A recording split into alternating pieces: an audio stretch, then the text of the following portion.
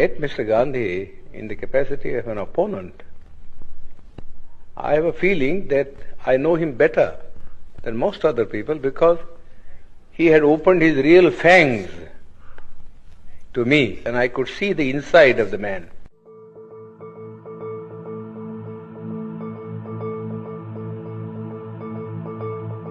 While others who generally went there as devotees saw nothing of him except the external appearance which he had put up as a Mahatma.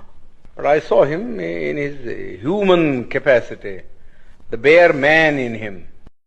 You don't feel then that he fundamentally changed the aspect of... Not at all, not at all. In fact, he was all the time double dealing. He conducted two papers, one in English, the Harijan, and before that, Young India. And in Gujarati, he conducted another paper, you see, which is called the Deen Bandhu or something like that. Now, if you read the two papers, you will see how Mr. Gandhi was deceiving the people. In the English paper, he posed himself as an opponent of the caste system and of untouchability, and that he was a Democrat. But if you read his Gujarati magazine, you will see him a more orthodox man. He has been supporting the caste system, the Varnashram Dharma, and all the orthodox dogmas, you see, which have kept India down all through ages. In fact, somebody ought to write Mr. Gandhi's biography by making a comparative study of the statements made by Mr. Gandhi in his Harijan and the statements made by Mr. Gandhi in this Gujarati paper. The Western world only reads the English paper, where Mr. Gandhi, in order to keep himself in the esteem of the Western people who believe in democracy, was advocating democratic ideals. But you got to see also what he actually taught to the people in his vernacular paper. Nobody seems to have made any reference. All the biographies that have been written of him are based upon his Harijan and the Young India, but not upon the Gujarati writings of Mr. Gandhi. We have been carrying on with untouchability for the last 2000 years. Nobody has bothered about it. Nobody has bothered about it. Yes, there are some disabilities which are very harmful. For instance, people can't take water, and people can't have land to cultivate and earn their livelihood. But the other things which are far more important, you see, namely that they should have the same status in the country and that they should have the opportunity to hold high offices so that not only their dignity will rise, but also they will get what I call strategic positions from which they could protect their own people. Mr. Gandhi was totally opposed. Totally opposed. He was content with things like temple entry. Temple entry, that was all the thing that he wanted to do. Which is nobody cares for Hindu temples now.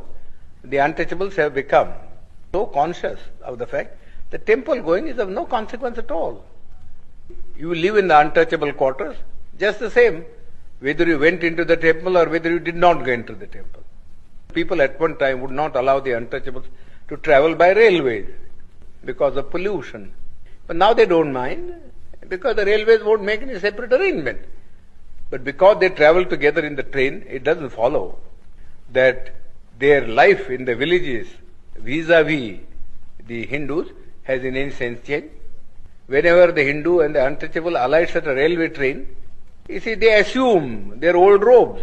I do not know how suddenly Mr. Attlee agreed to give independence. That's a matter of secret which Mr. Attlee one day, I think, will disclose in his autobiography. Nobody ever expected. This is such a sudden change of front. Nobody ever expected.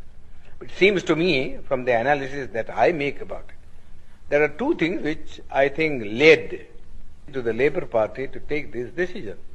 One is the national army that was raised by Subhash Chandra Bose. The British had been ruling this country in the firm belief that whatever may happen, you see, in this country, and whatever the politician may do, they will never be able to change the loyalty of the soldier. That was the one prop on which they were carrying on their administration. Now that thing was completely dashed to pieces when they found that even the soldier was being seduced and to form a party or a battalion to blow off the British. Then I think the British came to the conclusion that if they were to rule India, the only basis on which they could rule was the maintenance of the British Army, going back to the year 1857, when the Indian soldier rebelled against the East India Company. And they found that it would never be possible for the British to supply India with enough European troops to keep their hold on it. Secondly, I think the British soldier wanted the disbandment of the army immediately, so that they wanted to go to their civil jobs.